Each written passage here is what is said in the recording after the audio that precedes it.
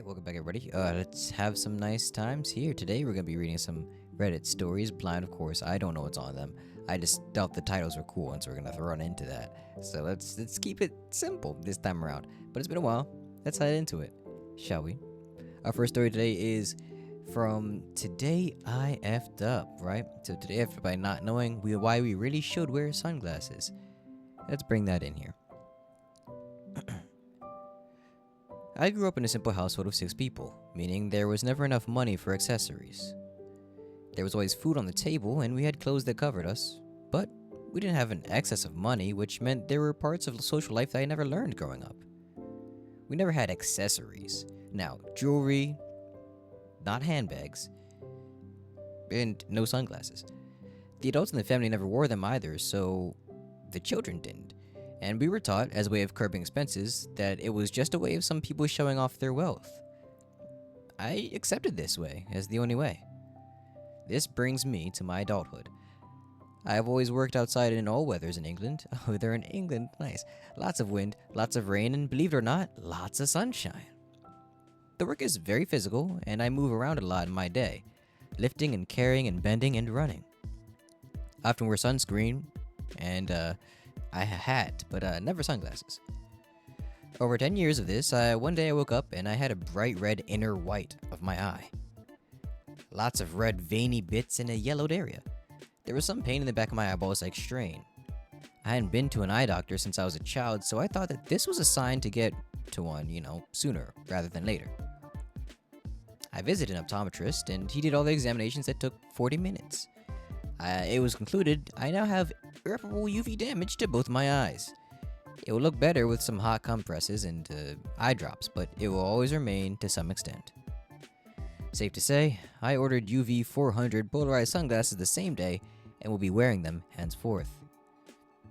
TLDR, sunglasses are like sunscreen. They call it sun cream, which I refuse to be saying right now. You have to protect your eyes as well as your skin. Right, unfortunate. I never knew. I can't say I blame them necessarily, because for me, sunglasses have always been like an accessory thing as well. Like they saw it here, but not like an accessory for the wealthy. For me, it's always been like an accessory that you put on in case you wanted to see better. That was really the only reason I knew sunglasses were used until just now. I'm just like, okay, yeah, clearly you are getting UV'd right in the eyes. But like, is he looking straight at the sun? Is that what's going on? Is he putting that radiation right into his balls, his eyeballs? You know what I'm saying? Maybe he is, and maybe he kind of deserves it in that situation. But I don't know. Listen. Today he messed up. He figured out why, and now he knows better. So I've always been wearing sunglasses now since I've been driving around a lot for gig work and what have you. But I didn't know that was like a legit thing that you should be considering every time. And also, I probably fall into the large majority of people with melanin that do not think they want to wear sunscreen. I think I probably should consider that, but I have yet to, as far as I know at least, experience the classic sunburn that everybody else has experienced that has been around me that is not as melanated. But that is neither here nor there. I'm sure it's something I should consider regardless of whatever happens. But if you have also had your fair share of stories of sunscreen and sunglassing stuff, and not like I'm looking at the sun in the middle of an eclipse or something, but hey, listen. I always thought that sunglasses were an accessory, something that you put on if you wanted to be able to see better with a glare in your eyes, not necessarily something you should just have on because your eyes are being assaulted. My eyesight was always pretty darn good, so I think, speaking from like a point of, I guess now, eyeball privilege in this situation, I just never really saw that as something as important. If you always think it's so important, if you have any issues with that in the comments, let me know. I'm actually interested to see what's happening with more of those stories. And as we game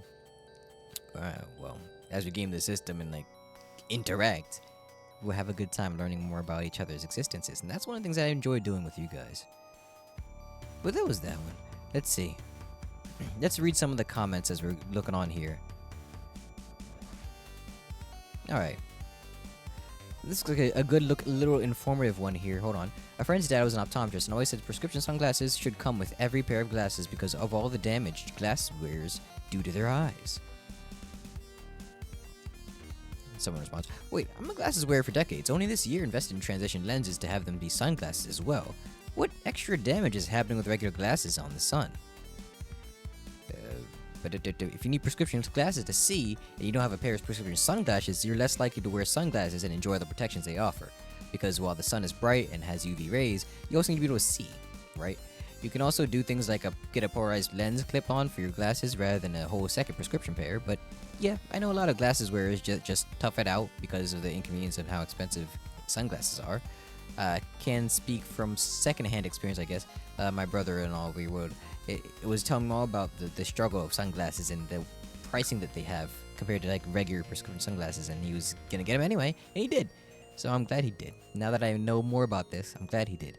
Do you think glasses on their own are doing what they do to wouldn't baking your eyes open more clearly because of the angle of the sun coming in? I feel like they're supposed to be made to kind of warp the light around and bend it out somewhere so it's not necessarily killing you as intensely.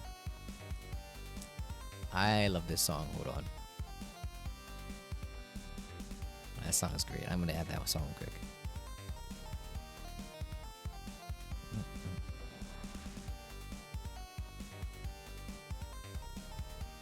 Anyway, I'm curious.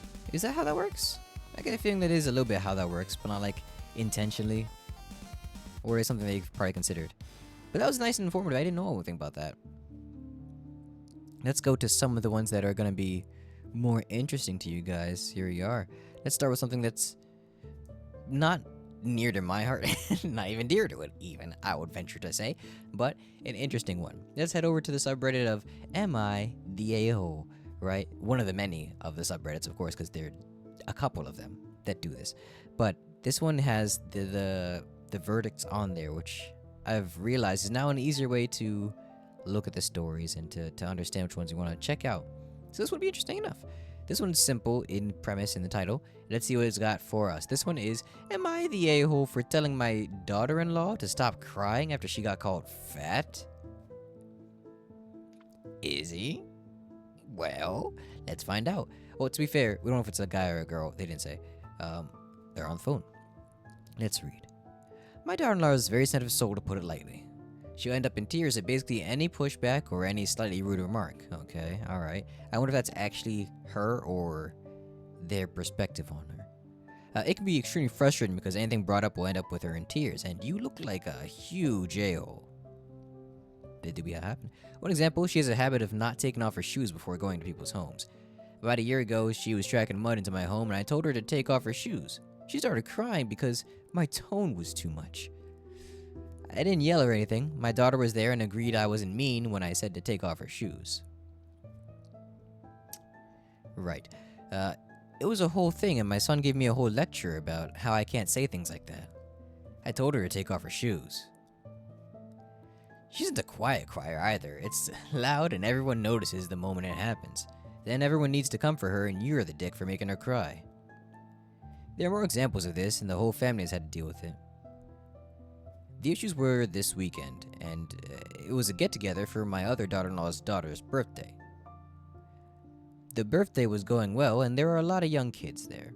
One of the kids, he's 4, almost 5, can be rude. His parents are working on it. He doesn't have a filter. During the event, when she was helping passing out the food, he called her fat. The parents grabbed him and she started crying. It was getting loud, so I pulled her off the side and I told her to stop crying. I didn't want her to cause a scene at 7-year-old's birthday party, you know what I'm saying? It was a little kid's remark, and I told her not to come out of the room unless she's composed. She ended up going to the car and didn't come back to the party. My son and I got into an argument. My point is, she's a grown adult, and she's crying over a 4-year-old saying something mean. He's telling me to apologize, but at this point, I'm not. Am I the a-hole? I mean, alright. First and foremost, I don't know how reliable we can actually count this guy or girl, don't know, this is the narrator, OP I should say, in the situation. I mean, the way that they described the daughter-in-law, to be fair, people be like that. people do be. I'm sure we all know somebody in our lives that can be more sensitive than others, but the fact that like everything that they say ends up with her in tears, I'm not sure if that's actually the reality or the fact that they're saying things that they don't care are offending her and are offending her somewhat intentionally at that point. Because if you know better or what gets on this person's particular strings and you just keep doing that all the time, like, you just grow a thicker skin. That's just not how a relationship should work and be healthy, at least. So I'm wondering whether or not that's really what's going on here, because we have a reason to think about that. But the first thing OP brought up, of tracking in mud and then telling her to take off her shoes and she started crying because of the tone. I think if that's really what happened, wow. Just wow. I'm not sure. I can't say I jump on their side or nothing, but like that is a crazy situation. To be fair, it seems like there must have been more to it. I don't think that's how that really went. I don't think that they just said take off her shoes and then she starts bawling, because the daughter was there and agreed that they weren't mean.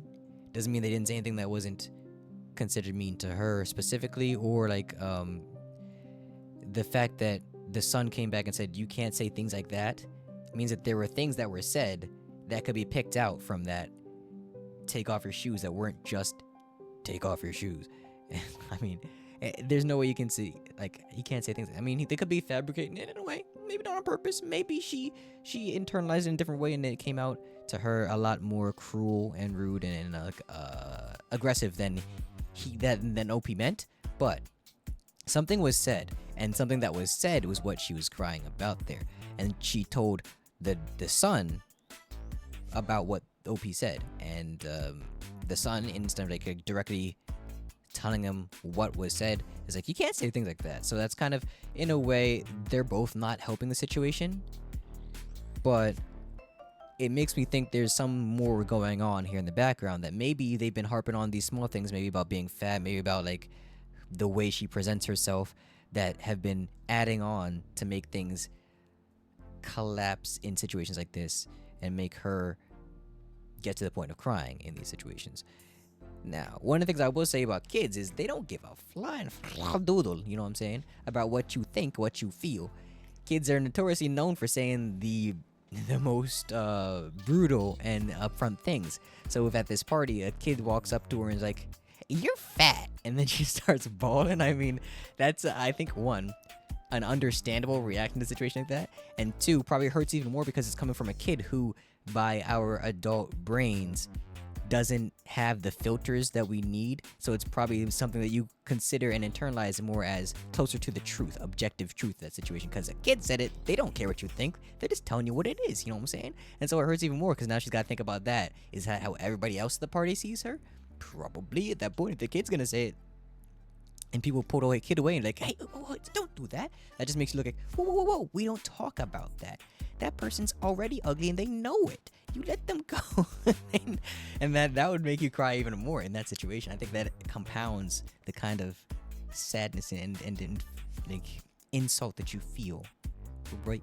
That's at least how I feel about it. That's how I would feel about it. If somebody like walked to me and like poked me in the stomach, like, "You're fat," and then someone grabbed the kid away. What are you doing? Stop that. You know those people in the grocery store that happen to do that? You walk by and then they're like, mommy, that girl's is she pregnant? And you're like, "Oh no." no kid, you don't do that. You don't say these things, right? That's the one situation that would come out. You don't say things like that, because there's more to it than just the words you said. It's like what it means underneath of all that. There's more going on in the person's mind that also compounds that insult to make it into an offensive term.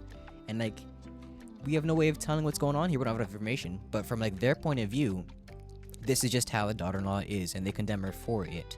And it seems like the son has a relationship with her that is either trying to shield her from the world, or he understands what makes her tick and understands that the family's doing something wrong. But we don't hear from like the son here. We only hear from the person who's insulting her.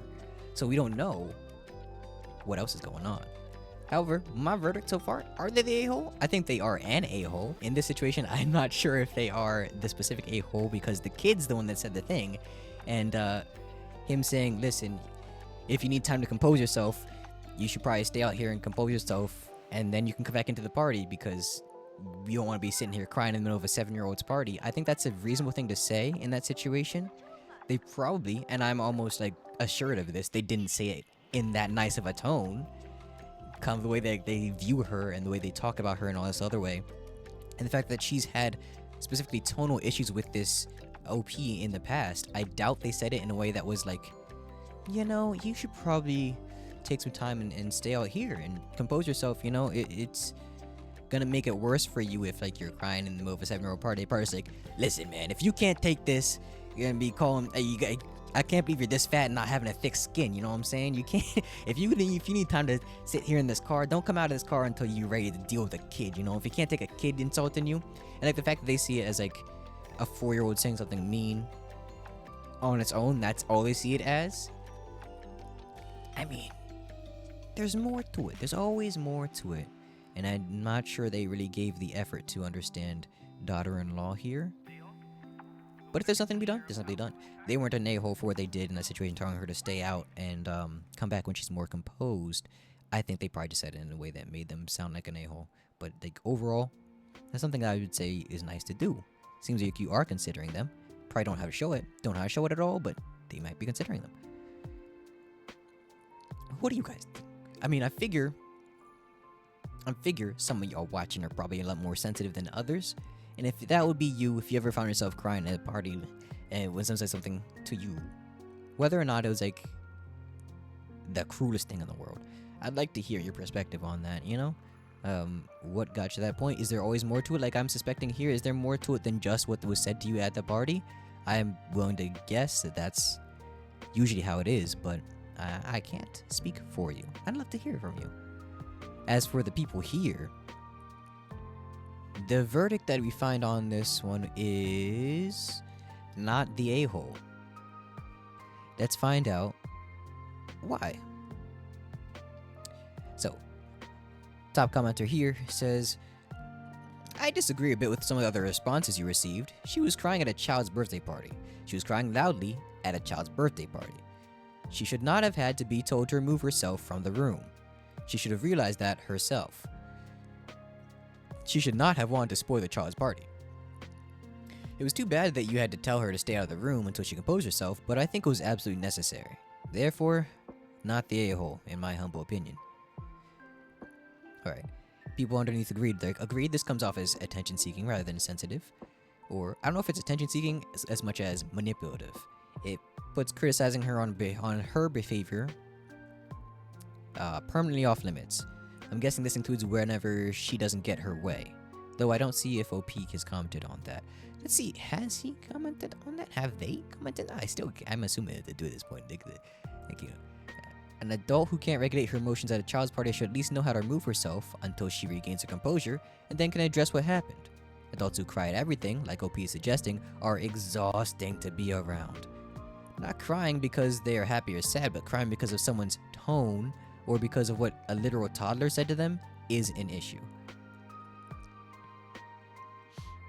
Maybe it's just me. Maybe it's just me who thinks there's something different going on with like the way the words are presented, and I think that's part of the issues we have in society and how we deal with people in like body positivity and whatnot, all that good stuff, like the connotations of the words we use and how we use them, or what creates a situation where a person like this can feel more insulted by someone saying you're fat just straight outright, like the word fat itself, and has more connotations on its own. And then she's probably gonna relive all the situations where she's been told she's fat this whole time, and then all that stuff's gonna like compound every time. Like I can see why it happened. I'm not condoning it. I wouldn't say. I agree with them that regulation of your emotions, to some extent, is important, and especially in a situation like this, taking time to compose yourself would have been a better situation to put yourself in, rather than staying in the car, not coming back into the party at all, and then having the son come in to yell at the OP at that situation. But either way, a quick aside.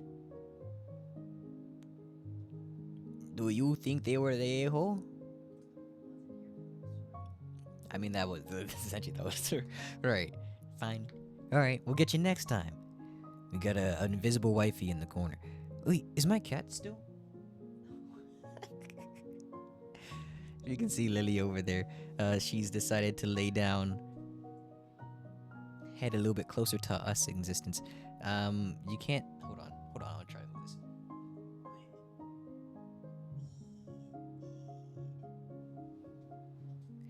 I think you can see her a little bit better with that.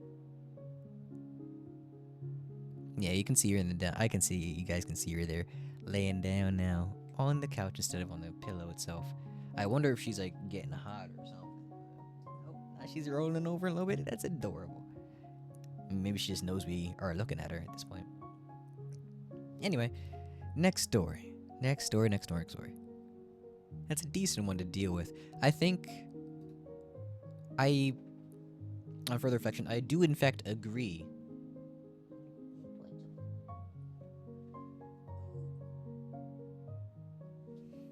There we go. Adjusting the camera some more. I do in fact agree with the fact that someone like that is exhausting to deal with. However, doesn't mean you don't deal with them. They're just exhausting to deal with. There's some people in your lives that just you gotta understand that it may not be exhausting to everybody. There are people who can deal with it and people who can't. Maybe you're not the person to be hanging out there for a long period of time or even at a party. Maybe it might seem really rude, but you don't invite her to one of those parties that you figure is going to have a kid there that they're trying to get under control. That's one thing they said as well, is that they're trying to get that kid under control. Like the parents that they know are trying to get that kid under control because of the things they say. Maybe you don't try to have them interact, but it's hard to like police other people's kids. So when that being said, it would probably be easier just to not invite her to the situation or put her in a situation to be like that. To be insulted by others that you know would do it.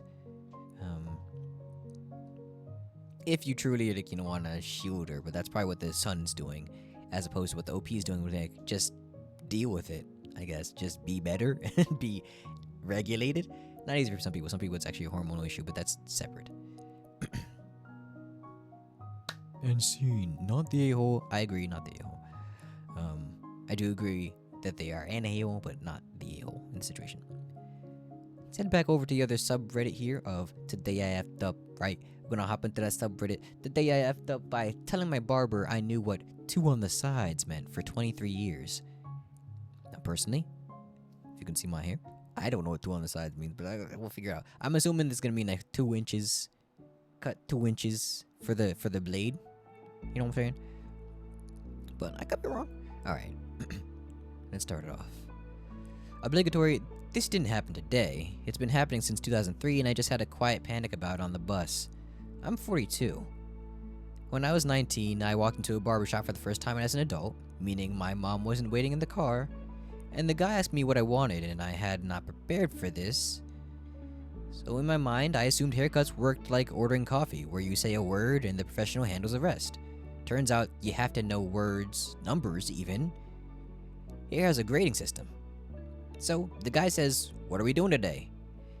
Man, I, a confident adult, said, just like a 2 on the sides. I have no idea where I got 2. I think I heard it in a movie. I think the movie was Varsity Blues. I don't know. He nodded. He cut. I tipped 15% because I read somewhere that's what adults do. I walked out. I looked fine. I assumed I had cracked the code. For the next 23 years in 5 different cities with maybe 14 different barbers, when asked what I wanted, I have said with the calm authority of a man who has read a manual, 2 on the sides, scissor on top. I added scissor on top around year 4 because I heard another guy say it, and it sounded sophisticated, like ordering wine. I didn't know what either of these things meant, but I assumed 2 was a length, maybe inches, centimeters, a vibe. I never asked. You can't ask. Asking would reveal that you have walked into approximately 100 haircuts under false pretenses, and that the man you became, taxes, mortgage, opinions on mattresses, was constructed on top of a single single unverified guess. I like this guy. I really like this guy. Anyway, today my current barber, who I've been seeing for 3 years, said, "You want to try a 1.5 today? Switch it up?" And reader, I panicked. Because if a 1.5 exists, that means there's a scale. That means 2 is not a vibe. That means somewhere in the cosmos there's a 0 and a 3 and presumably a 7. And I've been LARPing as a man with hair opinions since the Bush administration. The first one. Wait, no. The second one. That's worse somehow. I said, yeah, let's do it, like a coward. I have no idea if I look different, or he's behind me, and I can't tell. I just nodded at the mirror like he showed me a piece of modern art. I tipped 20% out of guilt. That's the end of the story. TLDR, I picked a random number at like 19 to seem like an adult who gets haircuts. And I've been repeating that number to professionals for 23 years across multiple cities without knowing what it means. Today at 42, I learned there are other numbers. My whole adult identity has been a 2. I love this man. I love this man. I'm just gonna say that is beautiful. That is pure adulting, honestly. That is something I strive to be. The man who says 2 on the sides, scissor on top. I think if I saw someone do that in a barbershop, I'd have to adopt it. Like by virtue of law, I have to do that now. Forever and ever. That is who you want to be. You want to be that man. He's been LARPing up, and he tips so much, bro. 20% out of guilt, 15% normally, 12% anything. I mean, oh my god, this is a man's man. And this is like the man's man. And his hair looks great, I assure you. This man has the best hair. No one's got hair like he does. They've been saying he's got all the hair in the world. No one's got 2 on the sides. And scissors on top like he does. He's got the best scissors, the best top. No one's top like he does. Alright, anyway, the number... Okay, hold on. Before we get serious, that's crazy. I don't know if I give anybody ever a number or what I want to do unless I'm like guessing and looking at the clippers they have there and they're like weighing through them. I have my own set of clippers right at this point and I just see the numbers on there and I assume that's what they'd probably be using as well, like 3 inches, 2 inches, freaking 0.45 if you really want to get saucy. But I've been using those as well and guessing that's just it. I'm assuming he's correct to assume that. Is he correct? Probably. But like, to do that for since you're 19 to 42 and then be like, you know, I never thought about this. That is hilarious. I love this man. I hope this is my father. I wish him the best. I hope he has a long and happy and joyous life full of more 2 on the sides. Even 1.5s if he really likes it that much. He never gave his opinion on the 1.5 though. I want to see if he did anything about that. Because I'm curious. That's what I want to know. If he actually enjoyed the 1.5 the man just asked. Is Barber this hilarious? Hold on. Alright. Let's read some of the comments here. Of course, we'll find one that's from an expert. Barbers in the comments always want to speak up about their work. They love it, and we love it. As a barber, this is hilarious. I have men within their 70s who have no idea what to tell me when they want a cut. Usually I can figure out what they want done if I know how long it's been since their last cut, but at least you knew what to tell them, and you said the number 2. For anyone who's curious, the numbers do vary. If you're using a clipper with removable guards, the shortest guard is a 0.5, which leaves a 1/16 of an inch. The largest is an 8, which leaves 1 inch. The lower the number, the shorter the hair. Makes sense. That is. See, he got it. He was a real adult. This whole time, he's been an adult this whole time. Didn't even realize that the true barbers, the true 2 on the side, was the friends he made along the way. And the person says the number represents the settings on the clippers. Smaller number is shorter hair. And then the OP comes back and says, okay, so I just looked this up after reading your comment, and apparently I've been spending 23 years asking for what is mathematically a 6mm haircut. That's a real number, and that means a real thing. I feel like I just found out my name has been spelled wrong on every legal document. Thank you, I think. And that's it.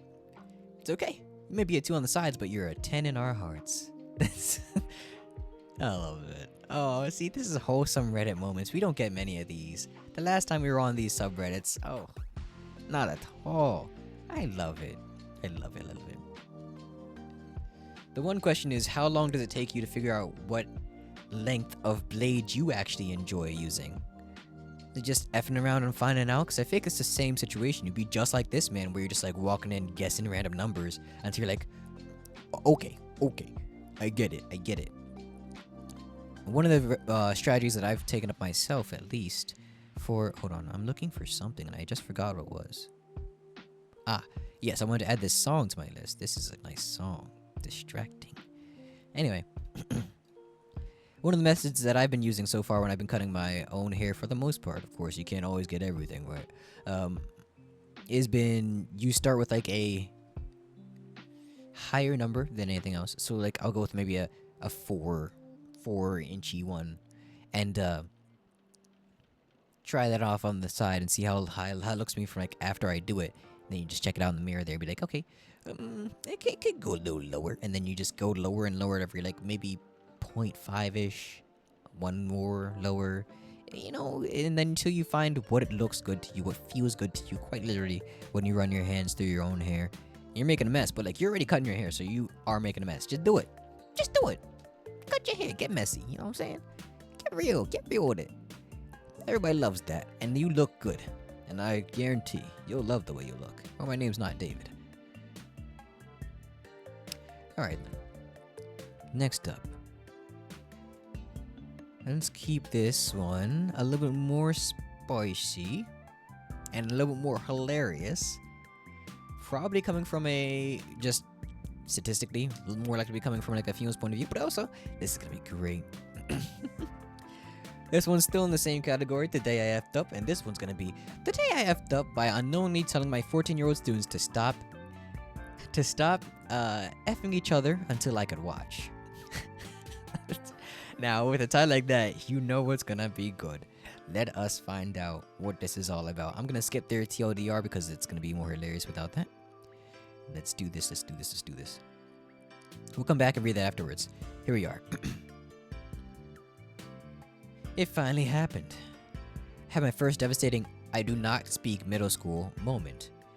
I'm 30, in my 30s, female, and have always been proud of my ability to make sense of the nonsense that is 11 to 14-year-olds' ever-changing, trending brain rot stuff. Today, I was humbled.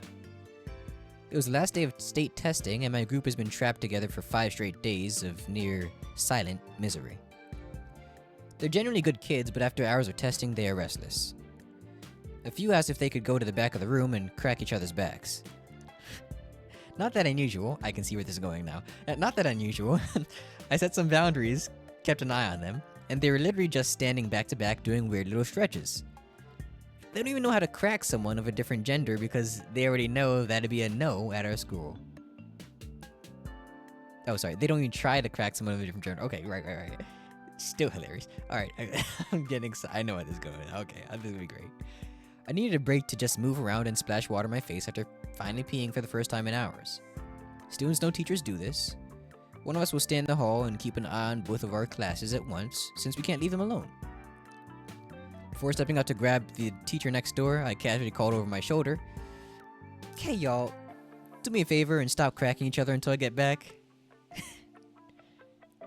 Every kid froze and stared at me. Naturally, instead of realizing I'd said something horrifying, my sleep-deprived end-of-school-year brain doubled down. What? I'm not saying you can never do it again. Mrs. So-and-so just can't see you from over here, and I'd rather make sure y'all aren't about to try something crazy or get rowdy and hurt each other. Now they're visibly losing it. I trust y'all, but I'd really prefer to be here to supervise. That was it. The room absolutely exploded. Kids were doubled over, wheezing, running toward me like they just witnessed history. I'm horrified and still confused as hell, but I'm seriously not making the connection. That's a testament to end-of-year teacher brain. My goodness, I'm too excited as well. And when someone speaks up, "Miss, no, that does not mean what you think it means." Cue my soul leaving my body as I learned that cracking apparently also means getting busy with it, you know what I'm saying? Getting down and dirty. The horizontal, sleep-deprived, two beasting backseas of... Anyway, it also means effing, that's right. They say it to get around censorship online or something. I don't know anymore. So, in their minds, I just very seriously told a room full of 14-year-olds, "Please stop having sex until I return, because the other teacher can't properly supervise." A few sweet girls hugged me while I died inside and tried to explain that technically, my statement made sense in context. I'm in my 30s. I thought I was reasonably current. I may not know every lyric to their mumble rap, but I know enough to survive. So I thought. But today she messed up. Oh, that's actually, you know what? I think a moment like that, well, first off, I'm sure it's gonna spread. And second off, you're now at least 12 students' new favorite teacher. I guarantee it. That is beautiful. That would be my favorite teacher if that ever, like, hearing something like that, even if they didn't know. And even better if they actually did have some idea, which she clearly didn't. But like, that makes it even funnier. Now let's read her TODRs. Here we go. Oh, we got an edit. Hold on. She moved the TODR to the top because it makes more sense there. Okay. Also, yay! I'm glad so many of you enjoyed this story or see a little bit of yourself in this mess up. We're still cool, even if you're born in the 1900s. You can't be doing that to me right now. Thanks everyone for awards and all the other things. Also, too, if you're reading this as a fellow teacher, I know this time of year can be absolutely wild, but you can do it. We're so close to a substantial break. Also, I think maybe we should all come together and figure out how we can get paid more, but that's for another post, I guess. Also, 3, I'm not a bot, I promise. Lol. Oh, that's beautiful. That's so beautiful. I'm glad we found a lot of wholesome ones here. In fact, nothing's more wholesome than your new favorite teacher saying something that makes her even more your favorite teacher. I love that. I love that. I hope you got to pee. I hope she got a chance to go break. But like, how long does it take for her to sit there and actually figure out what's going on and the kids to calm her down and tell her what that actually means? I'm loving it. I'm loving it. We all go through it. I'm like almost 30s. And so like, I get it. I understand. You're still funny. You're still current. Believe in yourself. Even if you don't get it, it's your confidence. You gotta say it with conviction. Tell them to stop cracking right now. Be like, you can't crack unless I can sing.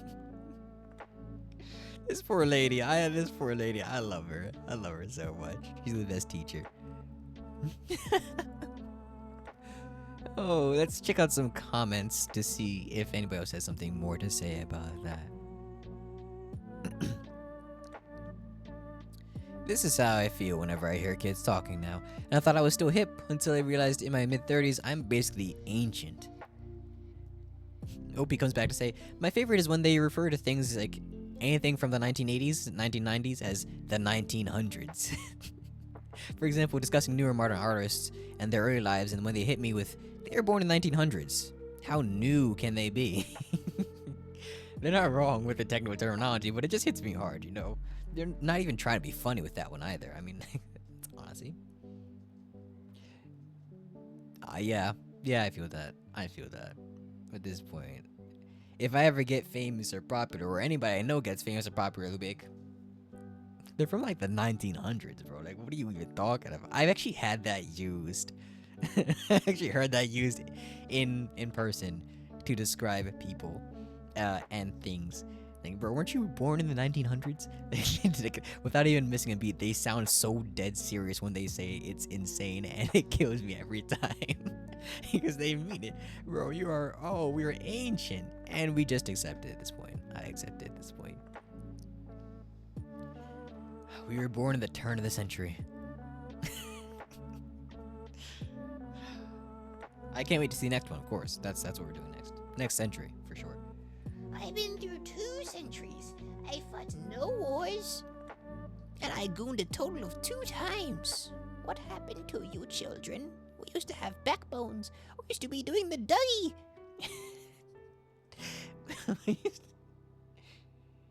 We used to have a thing called flossing that they used to bring out for the new kids. We thought they were so silly, and now look at you guys. We're doing the doobie. You know, we called doobies back in my days. Spliffs, blunts, we used to roll J's. Now look at us. Like, yeah, you look like the things they put inside of them now. And that's exactly true. I believe it. At that point, you do nothing but you just turn to dust. That's it. That's the only way to get out of that with, like, any dignity. Just dissolve. Right there. On the spot. Just ashes. And I guarantee you, when my time comes, That's exactly how I want to go out. Someone calls me old, I'll be like, you're right. Just absolutely just fade away with it. I'll be gone with the wind. That's it. Gone in the wind, even. It's a deep cut for your Reddit heads on Smush. You know what I'm saying? Anyway, moving on. That's nice. I think that's actually like a fairly wholesome one to maybe end off that section on. Maybe we can move on to some nice vidya reactions. George Vidya Bush, if you will. I don't know where that came from. Don't mind me. Don't listen to me. Why are you still here listening to me? What's wrong with you people? I appreciate you though. Stay put. Stay put. Anyway, let's see. When's the next? Oh my goodness. It's telling me our stream is unstable. Well, that explains some things for what's been happening for the past few days. No one's gonna tell me? Oh my goodness. I feel so hurt. When is our next streaming ad showing up here?